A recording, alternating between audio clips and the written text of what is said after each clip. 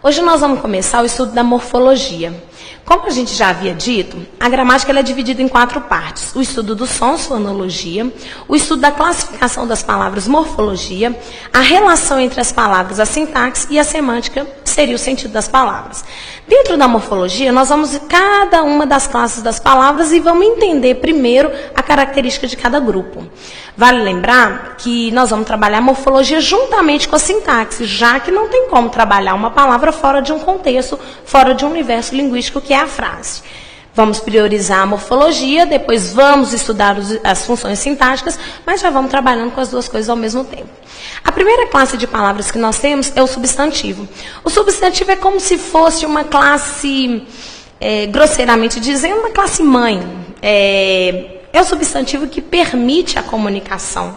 É por meio do substantivo que a gente pode pôr nome nas coisas da realidade e transportá-las para o universo linguístico. Dentro disso aí, é o substantivo que representa os objetos, as pessoas, os sentimentos, os lugares. Substantivo é a classe de palavras que nomeia. Nomeia qualquer coisa. Sentimento, saudade, amor, tristeza, lugares, Belo Horizonte, casa, shopping. Substantivo dá nome. Sendo assim, ele é uma classe de palavras variável. É a classe de palavra que varia em gênero, feminino e masculino, número, singular e plural, e grau, aumentativo e diminutivo. Quando a gente fala de flexão, a gente está falando de alguma coisa que a gente acrescenta à palavra para que ela mude, acrescente significado ao seu sentido. Por exemplo, quando eu falo menino, se eu coloco a desinência é terminação de plural, que é o S, e passo para meninos, agora eu tenho aí não uma unidade, mas um grupo. Nós temos a flexão de gênero, que teria mais ou menos definido a desinência O para o masculino, menino, e a desinência A para o feminino, menina. Isso não é absoluto, já que a gente tem colega, por exemplo, que é um substantivo que não varia em sua forma em gênero. A flexão de gênero do substantivo colega seria a colega no feminino e o colega no masculino. Da mesma forma que ônibus, o ônibus e os ônibus, o que marca o singular e o plural nessa estrutura seria o artigo. Além de ser uma classe que flexiona, a gente tem que saber que o substantivo, ele exerce a função, e aí eu já não estou mais na morfologia, eu estou na relação. Ele exerce a função na frase de ser a palavra mais importante. Na frase não, no grupo em que se encontra. Se a gente for avançar lá na frente do curso, a gente vai ver que o substantivo vai ser núcleo do sujeito, núcleo do objeto, núcleo do predicativo, núcleo da adjunta adverbial, da adjunta de nominal e um tanto de outras funções. Mas o básico, o mais importante, é que ele é sempre a palavra mais importante do grupo em que ele se encontra. A partir daí, vamos começar a analisar uma frase. Sempre que a gente for trabalhar com uma classe de palavras, nós vamos trabalhar com uma frase, com um universo linguístico menor que seria a nossa frase. A partir disso aí, nós vamos lembrar de uma coisa. Frase é tudo aquilo que tem sentido completo, tendo o verbo ou não. Vamos entrar isso com mais detalhe lá na sintaxe. Mas até então, vamos lembrar disso. Frase comunica. Se eu digo silêncio, comuniquei, frase. Se eu digo calha a boca, comuniquei, frase. A frase que tem verbo tem um nome especial que é período. Nós vamos aprender lá na frente o período simples e período composto. O mais importante é que os nossos exemplos, eles serão sempre períodos. Porque dentro do estudo tradicional, a gente estuda sujeito, predicado, objeto direto de orações. E oração tem verbo. Resumindo, a partir de hoje, vamos começar a trabalhar as classes das palavras dentro de períodos. São universos linguísticos com verbos. Dentro disso aí, nossa primeira frase, o nosso primeiro período seria: aqueles meus 2 livros preferidos são raríssimos. Sempre que a gente se depara com uma frase ou com um período, melhor dizendo, a primeira coisa que a gente tem que olhar é o verbo. O verbo, ele direcionaria a nossa análise. Mais à frente vamos discutir período nominal, outras coisas, mas até então vamos nos guiar pelo verbo. O verbo dessa frase é o são. Depois de olhar o verbo, a gente tem que fazer o seguinte: dividir essa frase em 2 grandes grupos. Os menos esquecidos devem se lembrar que esses 2 grupos são sujeito e predicado, mas o nome não me importa agora. Dentro da linguística existe um livro que diz o seguinte: entre o sujeito e o predicado existe uma pausa básica na hora da pronúncia. Aqueles meus 2 livros preferidos são raríssimos. Essa pausa, inclusive, nos leva a um erro frequente, que é uma vírgula entre o sujeito e o predicado, que é incorreta. Há um tempo, pelo menos na minha época, estudava-se que quando a gente respira, a gente põe uma vírgula dentro do português. Isso fez com que a gente, no decorrer da vida, tacasse vírgula entre o sujeito e o verbo. Porque, como eu acabei de dizer, existe uma pausa, uma respiração natural quando a gente vai pronunciar a frase. Mas isso não quer dizer que haja vírgula. Nós vamos aprender lá no finalzinho do curso que a vírgula ela tem função sintática. E ela não pode separar termos essenciais dentro de uma estrutura. Ou seja, não se pode usar vírgula entre o sujeito e o predicado, entre o sujeito e o verbo. O fato aí é que quando eu enunciei essa frase, quando eu disse, aqueles meus 2 livros preferidos são raríssimos, eu indiquei para vocês que eu tenho um primeiro grupo, que seria aqueles meus 2 livros preferidos. E eu tenho um segundo grupo, que seria raríssimos. Cada grupo no português tem uma palavra, ou às vezes mais, mas tem uma palavra que é a palavra central, que é o núcleo. Eu costumo brincar que em português não existe igualdade social. A gente sempre tem uma que é mais importante e outras que são subordinadas a ela. Estou usando a palavra subordinada porque a gente tem a noção de que coordenação e subordinação existe só lá no período composto. E não é assim, não. A relação de dependência existe desde o período simples. E se a gente for pensar aqui, a palavra mais importante do primeiro grupo é livros. Por que é livros? Ora, eu fiz a frase para comunicar, para falar sobre livros. A partir daí, eu vou dizer que livros é nome. Nomeia o objeto de leitura. Flexiona. Livro no singular, livros no plural. E, além disso, é o núcleo da expressão em que ele se encontra. Ele é um substantivo. A partir daí, já vamos aproveitar e vamos analisar tudo. No segundo grupo, que é a parte verbal, porque eu fiz a divisão assim, do verbo para lá, parte verbal, do verbo para cá, parte não verbal. Nós teríamos uma palavra também que seria a mais importante, que seria o núcleo. Geralmente, na parte verbal, o núcleo é o verbo, é o elemento principal.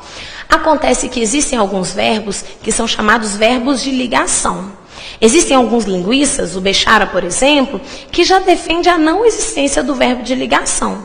Mas nós vamos por aí para sermos mais didáticos. Dentro disso aqui, nós temos uma realidade que é, nessa construção, o verbo não ser núcleo. Por que ele não é núcleo? Ele é o considerado verbo de ligação. Por quê? Queridos, o verbo de ligação ele está dentro de um grupo dos verbos que são chamados de relacionais. Nós temos basicamente 3 tipos de verbo. Verbo que indica ação, comer, andar, chegar, fazer. Verbo que indica fenômeno da natureza, chover, trovejar, relampejar, que são de ação, mas não tem sujeito, vamos ver à frente, e os verbos relacionais. Verbo relacional, ele exerce a função de ligar, e uma coisa vocês podem guardar desde o dia de hoje. Elemento de ligação no português não exerce função sintática. Eu faço uma analogia mais ou menos com um casamento. Quando você casa com uma pessoa, você usa uma aliança, que é um elemento de ligação.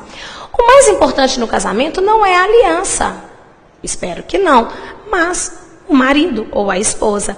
Esse elo, ele serve para estabelecer uma relação entre o marido e a esposa, indicar, olha, eles estão ligados, mas ele não exerce a função de ser o marido ou de ser a esposa.